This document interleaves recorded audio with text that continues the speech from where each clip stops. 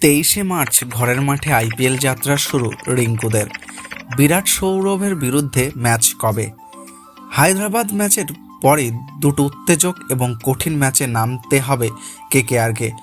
29 March কেকেআরের খেলা বিরাট কোহলির ঘরের মাঠে আরবিসির সঙ্গে।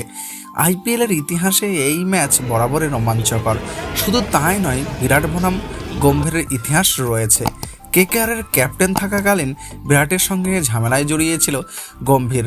গতবারও যখন লখনৌর মেন্টর ছিলেন তখনও একই ঝামেলা দেখা গিয়েছিল। আইপিএল শুরুতেই বিগুল বেজে উঠল ইডেনে। 22 মার্চ শুরু হচ্ছে আইপিএল।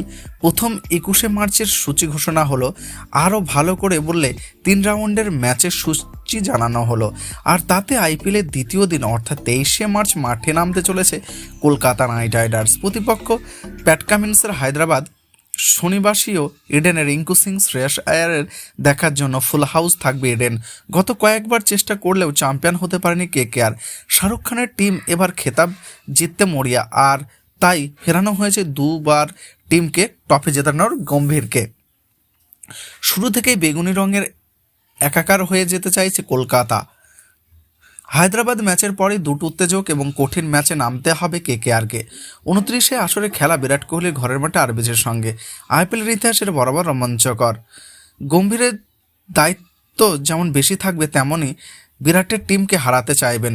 মাঠ ও মাঠের বাইরে যে ম্যাচ উত্তেজনা ছড়াবে তাতে আর আশ্চর্য কি। 3 এপ্রিল সৌরভ গঙ্গোপাধ্যায় দিল্লির বিরুদ্ধে নামতে চলেছে কেকেআর। একটা জিনিস পরিষ্কার, লোকসভা ভোটের কারণে আইপিএলের ছোট বিরতি থাকতে পারে, তাই প্রতিটা রাউন্ডের ম্যাচ টিমগুলোর কাছে গুরুত্বপূর্ণ। কেকেআরের যদি চ্যাম্পিয়ন হতে হয় তাহলে পয়লা 3 রাউন্ডে ম্যাচ জিততে হবে। গম্ভীর সেটা ভালোই জানে।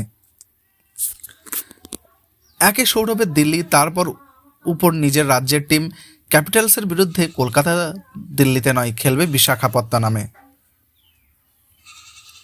কেকেআরের প্রথম 3টে ম্যাচ 23 মার্চ কলকাতা বনাম হায়দ্রাবাদ কলকাতা, 29 মার্চ আরবিসি বনাম বেঙ্গালুরু এবং 3 এপ্রিল দিল্লি বনাম কেকেআর বিশাখাপত্তনম।